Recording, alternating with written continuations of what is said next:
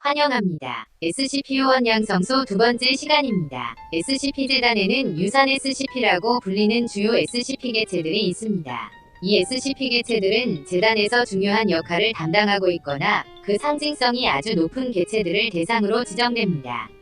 유산 SCP 개체들의 특징은 재단에서 확보한 지 3년이 넘었고 재단 구성원들에게 그 가치를 인정받았으며 제거될 시 재단에 큰 혼란을 가져올 수 있다는 것입니다. 오늘은 SCP-재단의 첫 번째 유산인 SCP-173에 대해서 이야기하겠습니다. SCP-173, 별명, 조각상, 등급 유클리드, 추가 설정에서 케테르로 격상. SCP-173은 다소 기괴한 모습을 하고 있는 조각상입니다. 콘크리트와 철근을 통해서 만들어졌으며 누가 어떻게 만들었는지는 파악되지 않습니다. 이 개체의 특징은 눈으로 지켜보고 있을 때는 나타나지 않습니다. 하지만 만약 시선을 뗀다면 이 SCP 개체는 대상을 향해서 빠르게 접근한 뒤 목을 비틀어 사망하게 합니다. 이 개체의 속도는 매우 빠르기에 생리적인 현상으로 눈을 깜빡거리는 찰나의 순간에도 빠르게 접근하여 공격합니다. 따라서 항상 누군가가 관찰하고 있어야 하는 관리에 매우 까다로운 SCP 개체입니다. SCP-173은 재단에서 확보하여 제19기지에 1993년부터 격리되어 있습니다. 격리 공간 내부에서는 가끔씩 뭔가를 긁거나 움직이는 소리가 나며 이 소리가 감지될 시에는 관리 인원에게 즉시 알려야 합니다. SCP-173의 관리하기에 까다로운 특징은 주기적으로 피와 배설물이 혼합된 분비물을 배출한다는 것입니다. 격리 공간 내부에 이 분비물이 쌓이는 것을 방지하기 위해서 재단은 사형수로 구성되어 있는 D등급 인원을 주기적으로 한 번씩 투입하여 청소합니다. 청소를 위해서 투입되는 D등급 인원은 총 3명이며 이들은 역할을 분담하여 2명이 지속적으로 SCP-173 개체를 주시하고 나머지 1명이 청소를 진행합니다. 청소를 진행하는 도중 방심하는 D등급 인원이 발생하여 SCP-173의 격리에 실패한 사례도 다수 있습니다. 따라서 청소를 위한 인원을 투입할 때는 개체의 위험성에 대해서 충분히 설명할 필요성이 있고 SCP-재단의 지시에 잘 따르는 D등급 인원을 선별하여 투입하여야 합니다. SCP-173 개체의 공격성은 인간에게만 해당되는 것이 아니면 살아있는 모든 것에 대해서 적대적으로 공격합니다.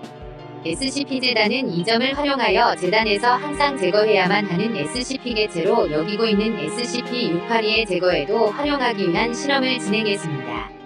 SCP-682 개체는 죽일 수 없는 도마뱀으로 불리며 강력한 신체 재생 능력과 더불어 모든 생명체에 대해서 강한 적대적인 태도를 보이고 있기 때문에 케테르 등급으로 분류되어 재단에서 격리 중에 있습니다.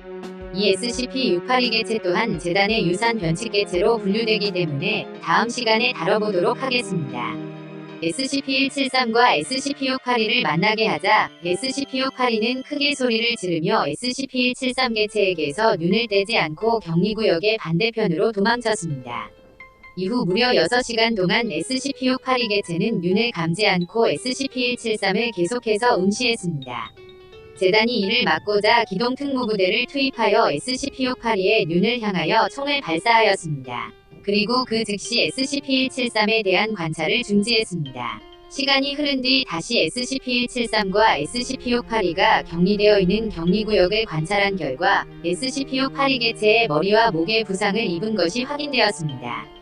하지만 무한한 신체 재생 능력을 가지고 있는 SCP-682는 신체 이곳저곳에 단단하고 투명한 껍질로 쌓여있는 눈을 생성해냈습니다. 이후 구석으로 다시 도망친 뒤 무려 12시간을 더 눈을 감지 않고 SCP-173을 주시했습니다. 재단은 12시간 동안 SCP-682의 주시를 방해하기 위해 노력했지만 결국 SCP-682의 제거는 실패하고 말았습니다. 이는 대부분의 SCP 개체와 전투를 진행할 당시 공격적인 모습을 보이던 SCP-682가 아주 방어적인 모습을 보인 결과입니다. SCP-재단은 따라서 SCP-173을 활용한 SCP-682의 폐기를 포기하지 않고 연구를 더 진행한 뒤에 다시 실험을 진행할 계획입니다. 여기까지의 SCP-173의 기본적인 소개입니다. 이후의 내용은 최근에 추가된 SCP-173 개체에 추가된 또 다른 설정이며 아주 흥미로운 내용이기에 소개하고자 합니다. 최근에는 재단이 전혀 파악할 수 없는 이유로 SCP-173이 복제되는 일이 발생했는데 이 사건으로 인하여 2명의 D등급 인원이 사망했습니다. 재단은 이 두 SCP 개체를 각각 다른 방에 격리시켜 놓았고 두 개체에게 모두 똑같은 격리 절차와 청소를 진행하였습니다. 하지만 이 변칙 개체는 주기적으로 알 수 없는 이유로 복제되고 있고 재단은 이 개체의 등급을 케테르 등급으로 격상시켰습니다. 복사되는 속도가 점점 빨라지고 있으며 무려 70개 이상의 새로운 SCP-173이 생성되었습니다. 이렇게 수많은 SCP-173이 생겨나던 도중 제19기지에서 격리 실패 사태가 발생하면서 61개의 SCP-173이 행방불명된 사태가 발생했습니다. 탈출하는 과정의 제19기지 CCTV 영상 기록을 확인해보니 이 개체들은 이제 지능이 생겨났고 서로 의사소통이 가능한 것으로 보이며 서로 합심하여 재단의 직원들을 제압해 나가는 것으로 보였습니다. 지능은 근처에 얼마나 많은 동일 개체가 있는가를 기준으로 달라지는 것으로 확인됩니다. 마치 개미가 군체에 합류된 상태면 조직을 위해서 역할을 찾아 수행하지만 군체에서 혼자 떨어뜨려 놓으면 바보가 되는 것과 비슷합니다. 이후 재단은 아직 격리 중에 있는 모든 SCP-173 개체의 위치 추적기를 설치하였고 격리 실패가 발생할 당시 즉시 추적는 절차를 도입했습니다.